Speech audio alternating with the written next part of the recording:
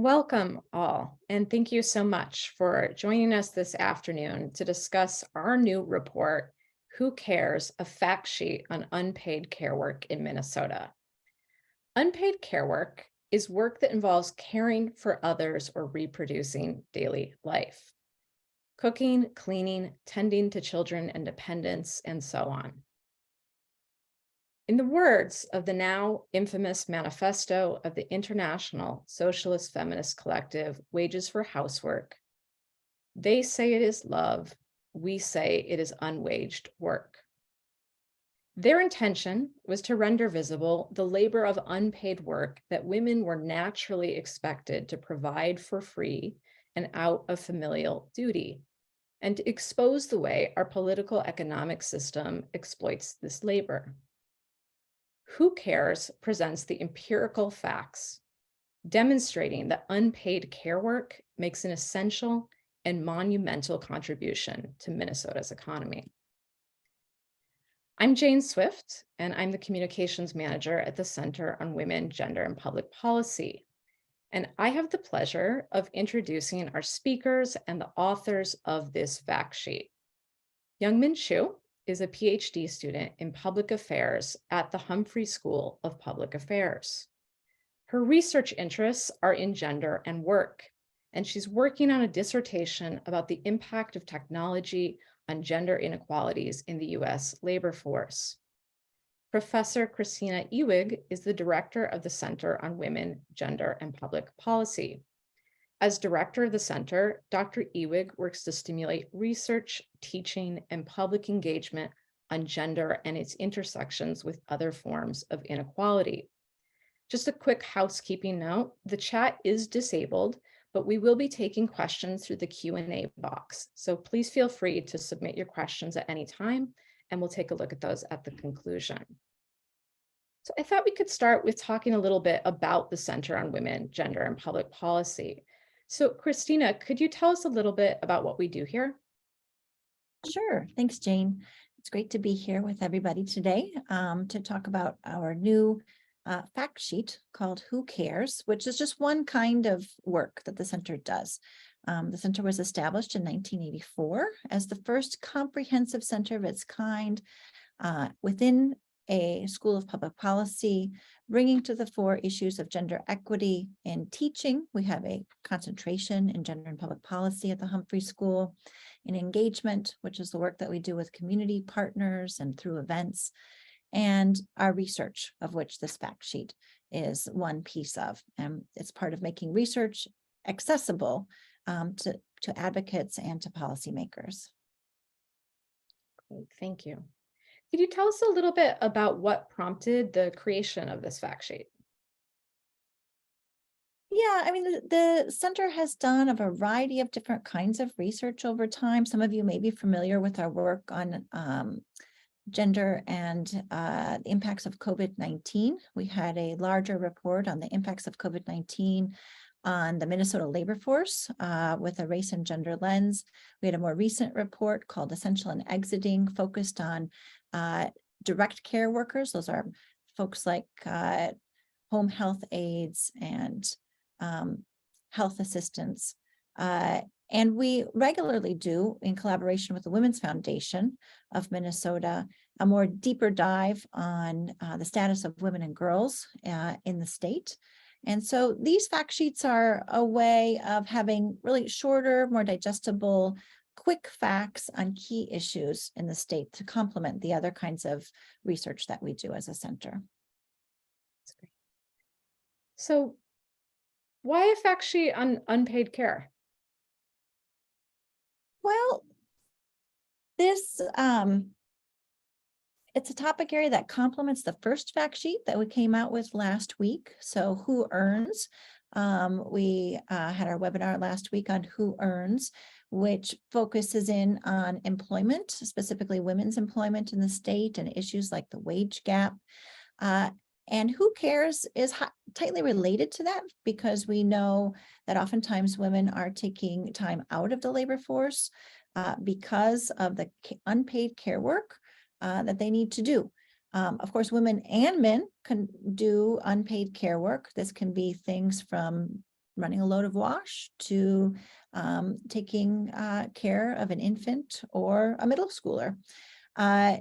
So a fact sheet on care both does two things. It raises attention, brings our attention to that crucial work that principally women are doing. We're going to talk more about the division of care work, of unpaid care work between men and women, but principally women are doing this care work, and that has impacts on them in terms of the wages that they're able to earn in the paid workforce, in terms of the stress that they might have on their bodies from carrying out what oftentimes is a double day between paid work and unpaid work. But we also wanted to really bring attention to the importance of this unpaid care work to our state as a whole, and what it does, what it contributes to our state economy, what it does to allow others to enter into the paid workforce. Thank you so much for that context. So how much does unpaid care work actually end up contributing to Minnesota's economy? And how did you all go about calculating that number? Yeah, so this monetary value of unpaid care work in Minnesota is about $88.1 billion per year. If these unpaid services were included in Minnesota's GDP, it would bring the state's GDP to $500.1 billion. And unpaid care accounts for 17.6% of the total. So, and we calculated this figure using average hours of unpaid work per day, drawn from the American Time Use Survey, multiplied by hourly wage of private household workers, which is the wage for one day. And we make it to annual monetary value by multiplying 7 days and 50 weeks a year. And we make this figure to the population level by multiplying Minnesota population size 18 and over.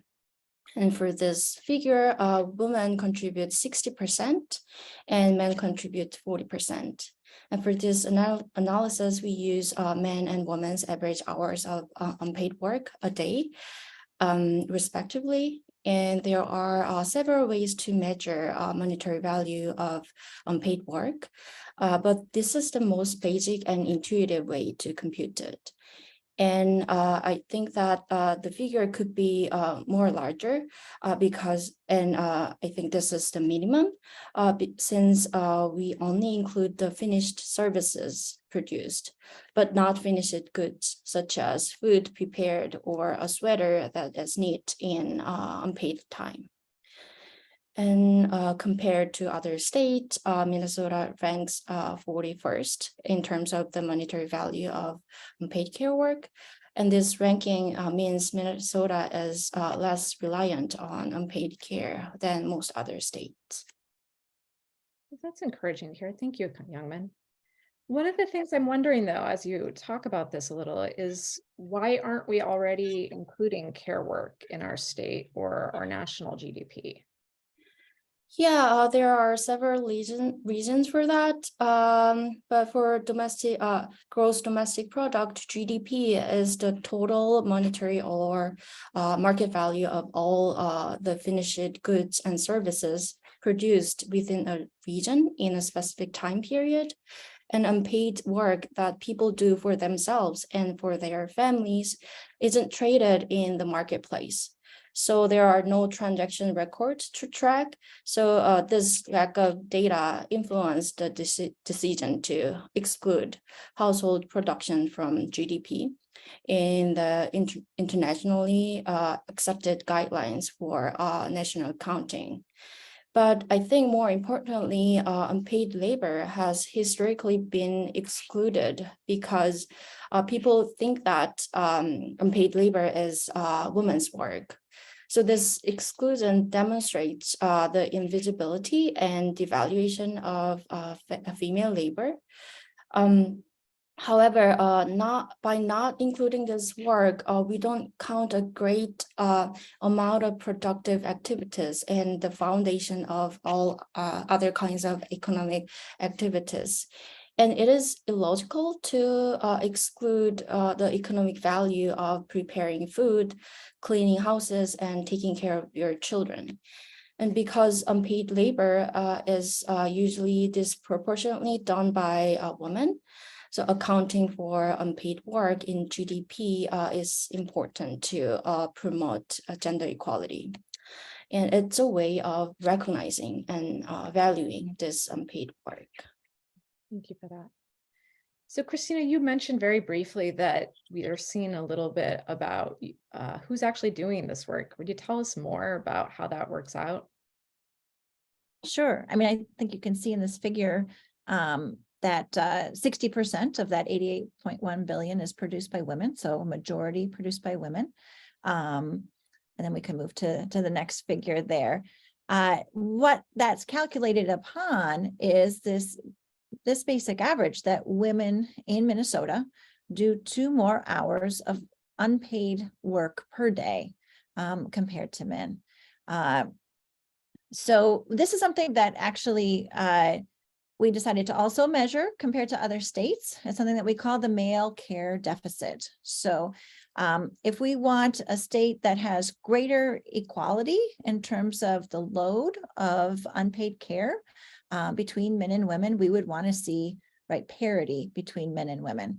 And when we don't have that parity, that's a deficit. It's like what men are not carrying in terms of their weight, in terms of unpaid care. Where Minnesota lands in that unpaid care deficit is fairly high, with that 2 hours more per day compared to, for example, Vermont would be have the greatest parity of having just 27 minutes of a male care deficit, whereas Wyoming is number 50 with 4 hours of deficit between of the male's deficit compared to women's care work. So a lot of this work has to do with childcare. So we'll get into more of the details in terms of how this breaks down later. But if we took that extra 2 hours, on average, 55 of those minutes is dedicated to childcare, 36 minutes more than men dedicated to housework, and 17 minutes in other, which is a category that could include things like mowing the lawn or doing the grocery shopping, a number of different items there. It seems like a significant deficit. I'm wondering though, did you notice any differences in care works amongst women? Yes, definitely differences among women, and I think that Youngmin could speak to that. Yeah, actually, we did see differences in care work among women, definitely. When we consider women's race and ethnicities, women of all races and ethnicities carry out more unpaid care work than men. But Asian women and Latina put in greater hours than white and Black women in Minnesota. And women with children spend almost 3 times as many hours on unpaid labor compared to women without children. So childcare is a big part for care work, I think. And women who work part-time and are not in the labor force spend about 1 more hour than men working full-time. So there's a variation in terms of care work among women. That's really interesting. What about same-sex households or people that are living in same-sex couples? Can you speak to that a little?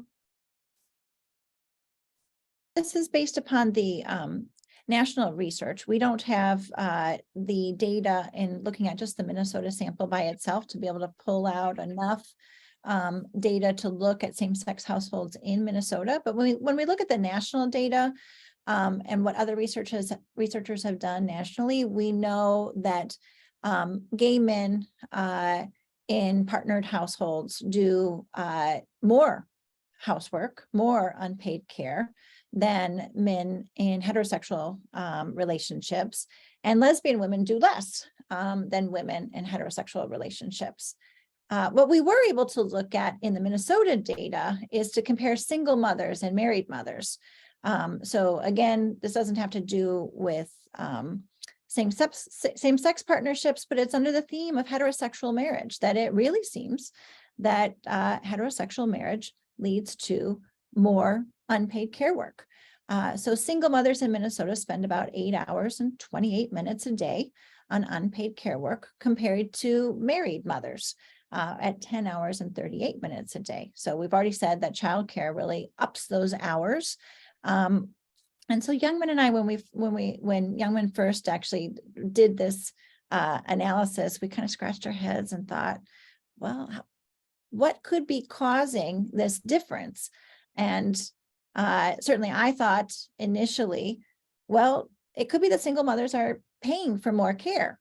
I grew up in a single mother-headed household and thought about how there was only so many hours in the day for my mom working full time. I spent a lot of time in daycare, for example. Maybe there's more paying for care that's going on. But then when we looked into the research on this that's been done nationally again, the findings were that that's not the case. It's actually that single mothers are simply doing less of that work. And it may be the expectations within heterosexual relationships of how much unpaid work women should be doing, or perhaps it's men even adding to the care work. So I go back again to my experience growing up as a child in a single mother-headed household. There was a period of time in which my mother had a live-in male partner. And I do remember an instance where she brought his laundry to him and said, "Time for you to start doing it." So heterosexual marriage definitely leads to more care work that's unpaid.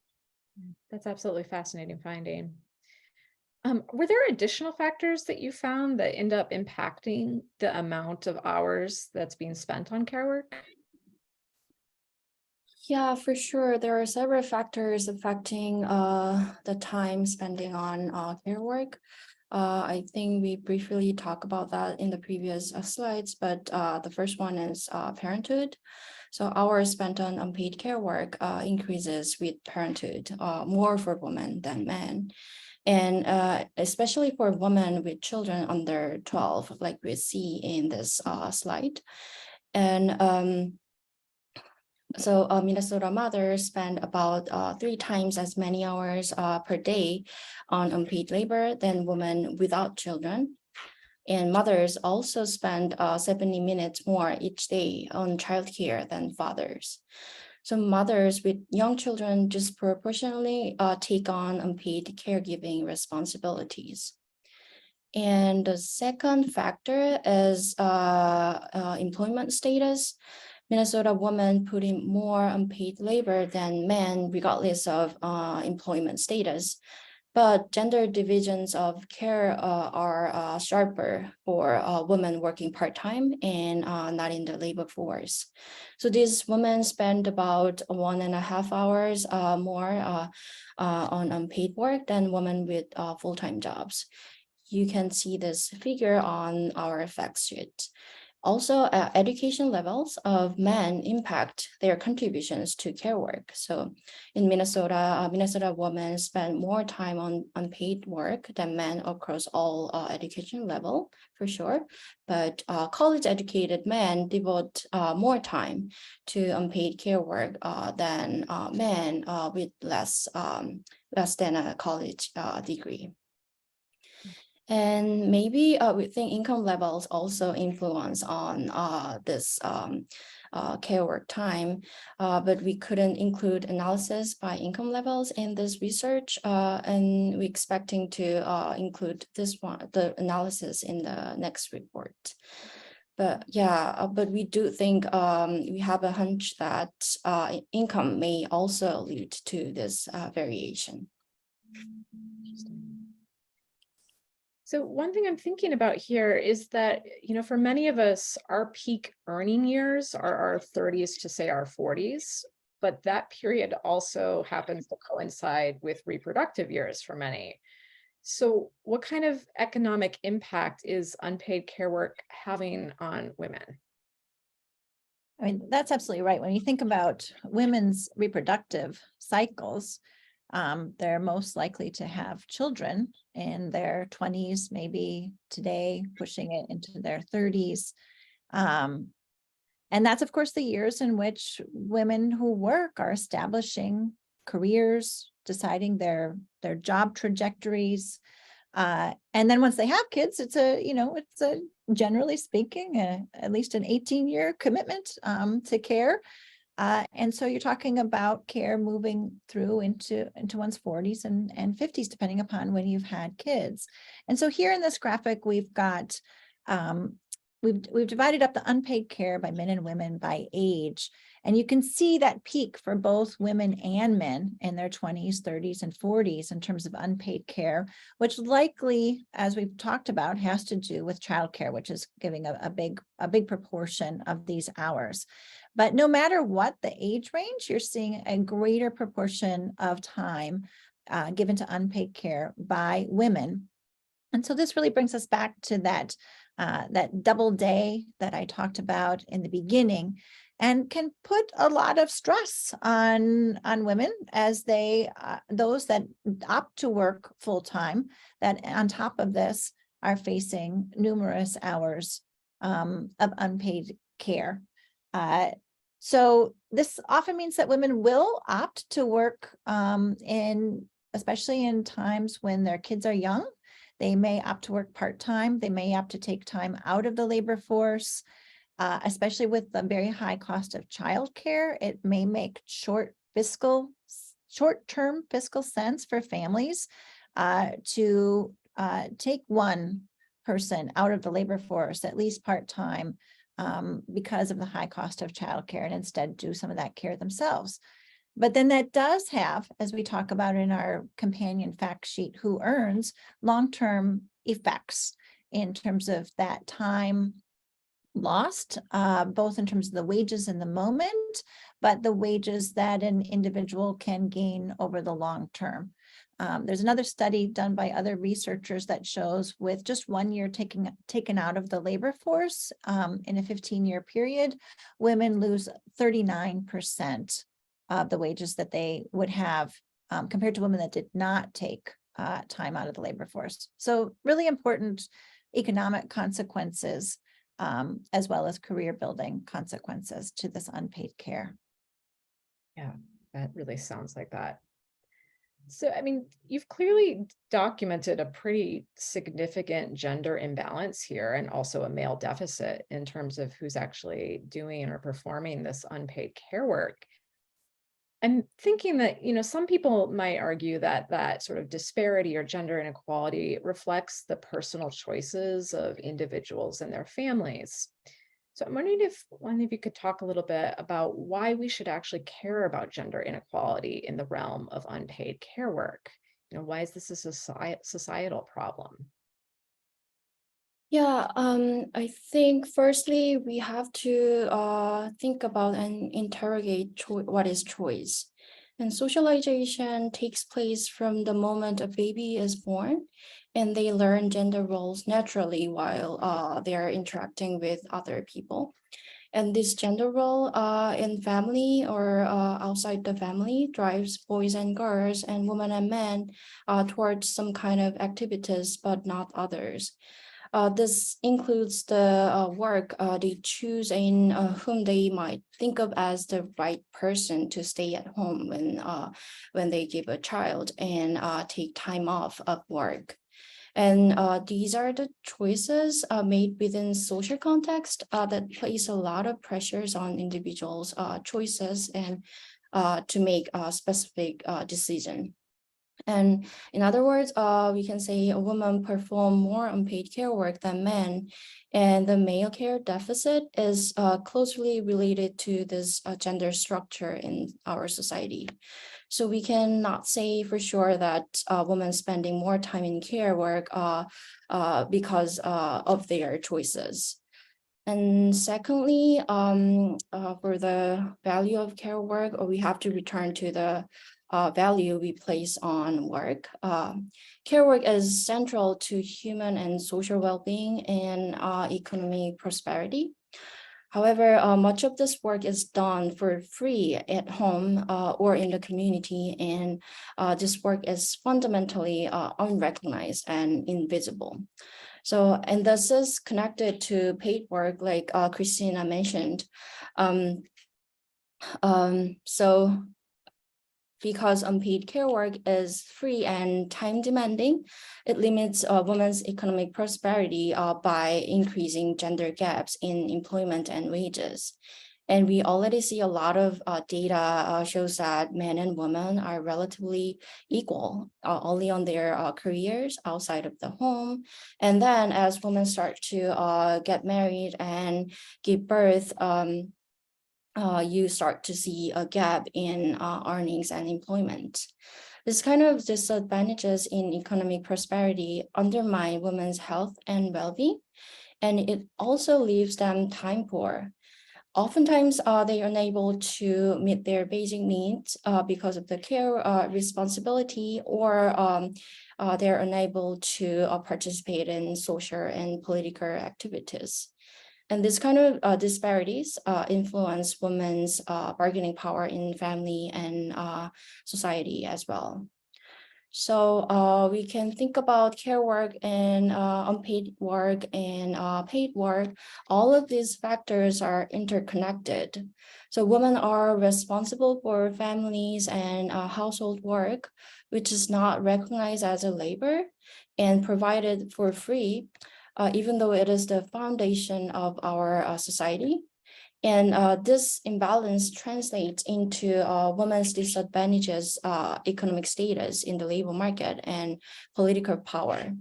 And this imbalance in care work is one of the main drivers that perpetuate gender and economic inequalities. Thank you for that, Youngmin. So it's pretty clear here from the data that you've presented that Minnesota women are carrying this burden of socially necessary but unpaid care work and also paying the price for it. I keep thinking about how in recent years that there has been renewed attention to the need for building a national care infrastructure that could better support working people and families. For instance, President Biden originally proposed some pretty significant investments in things like universal pre-K, child and home health care in his Build Back Better plan. To sort of reference what you were talking about earlier, Christina, just like we would need roads to get back to work, we also need child and dependent care to get to our jobs. So are there particular policy levers that we could be pulling to promote better sharing of unpaid care, and also to just generally ensure that families have what they need to thrive? Yeah, there definitely are. So what we suggest in the fact sheet are the following. One is paid caregiver leave of up to 30 weeks. Why do we say 30 weeks? There's a lot of research, especially coming out of European countries, where they have experimented with different numbers of weeks of paid leave. And there's a balance to be struck. Too little leave, under 30 weeks, can mean not good outcomes for either mothers or children in terms of health and bonding. Too much time can mean that women lose opportunities in the workplace by having too much time out of the workplace. So, a standard that international scholars have come to is that 30 weeks is a pretty good time of paid leave. And that's huge, knowing that it's very intense when one in particular has a baby and taking care of that child. Another piece that we've learned from experiments around the world and policies around the world, more and more European countries, Asian countries, Korea has this as well, is to require father's leave. So in the United States, our leave that we have, which is unpaid nationally, applies to both men and women. But around the world, it is more likely for households to choose either the caregiver that earns less money to take them out of the workforce for that leave, because one is usually not paid 100% of one's salary when one takes a leave, or because of what we've been talking about today, the norms of women doing more of the unpaid work and doing more of the childcare. It's often the woman in a heterosexual couple that will take that time off. But we know from countries that have required father's leave, that fathers that take leave, actually they bond with their children and they take on more childcare over the course of that child's lifetime. So in other words, we can change some of this male care deficit by giving more men a taste of what can be a pleasure of taking care of one's children, and see then changes in this parity. So those are that's another recommendation that we have in general. A third is accessible and affordable childcare. We often in Minnesota and in many states simply isn't enough space in childcare facilities. And then when there is space, it is often very expensive. At the same time, we don't want to be underpaying those childcare providers. So there's a balancing act to be had in order to make affordable childcare, but which is also paying fair wages. And then Youngmin, do you want to speak a little bit about flexibility in work hours? Yeah, sure. A lot of research shows that flexibility in work hours and predictable scheduling can promote the fair share in care work. So flexible work flexibility and predictability for the scheduling can help women, both women and men, to balance their work and family responsibilities. And women usually experience this flexibility penalty throughout their lives, like we discussed earlier, because they often take time off and leave the labor market and work part-time. And this kind of the leave and flexibility penalize them by reducing their earnings, skills, benefits, and reputations. So with this flexible working arrangement, caregivers, regardless of their gender, are able to combine work and caregiving responsibilities. And it could help to promote the fair share of unpaid labor among heterosexual couples, as well as decrease wage gaps by allowing women to stick to their work without sacrificing their careers. So, and some other studies show that workers with these flexibility options with some predictable work schedule report less stress and better well-being in taking care of their family members than workers without these options. But your data and your research really speaks to the Minnesota context. So I'm wondering, are there emerging policy proposals at the Minnesota legislature that sort of speak to this problem that you've been researching here and that we might want to be aware of? Absolutely. I mean, the paid family leave bill, which has been introduced through multiple sessions of the legislature and passed partially, but never gone through both houses, is once again being debated. It's gone through several committees already. And it would, because it has two pieces, it has a medical leave for 12 weeks and then a caregiver leave for 12 weeks, could, for those that biologically bear children, amount to 24 weeks of paid leave. And so that brings us, fairly close to that 30 weeks that we are, that the international literature recommends. In addition, for those that are, for those individuals that earn less than 100% of the average weekly wage that Minnesotans earn, the amount of salary that they would get reimbursed under this program is fairly close to that 70%. So if one is above, let's see, it is, I've got some of my notes here. Those that make less than 50% of the average weekly rate would make 90% of their salary during this leave time. Those that make over 50% but less than 100% would get 66% of their salary during this leave time, but only 55% if you make 100% or more. So we would see the upper income fathers probably being less likely to take leave under the current proposal. But for those that make around the average or less, hopefully it would be good incentive for fathers to take leave. Though it doesn't have a piece that maybe one could add to that paid family leave. Hopefully once it is passed, and if we want to improve on it, would be to perhaps develop something where you would have an incentive that would require fathers to take leave, not just incentivized through that replacement wage. There is also some good legislation that's being proposed with regard to accessible and affordable childcare.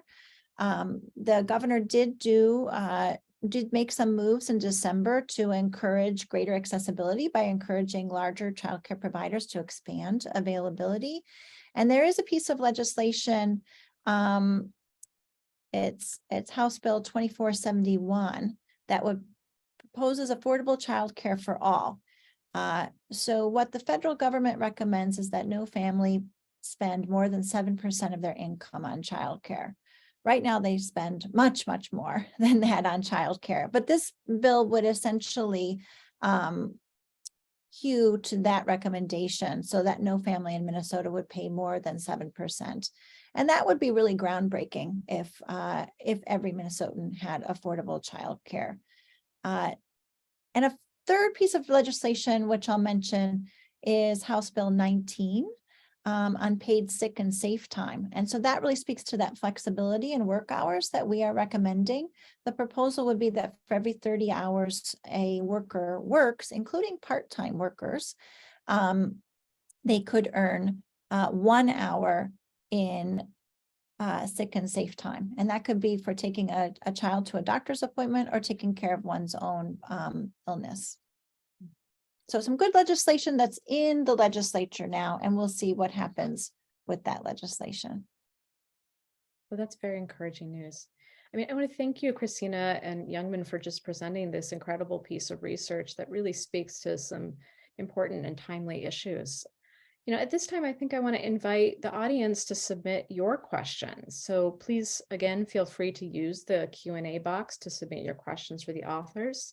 And I'll take a look to see if we already have some here.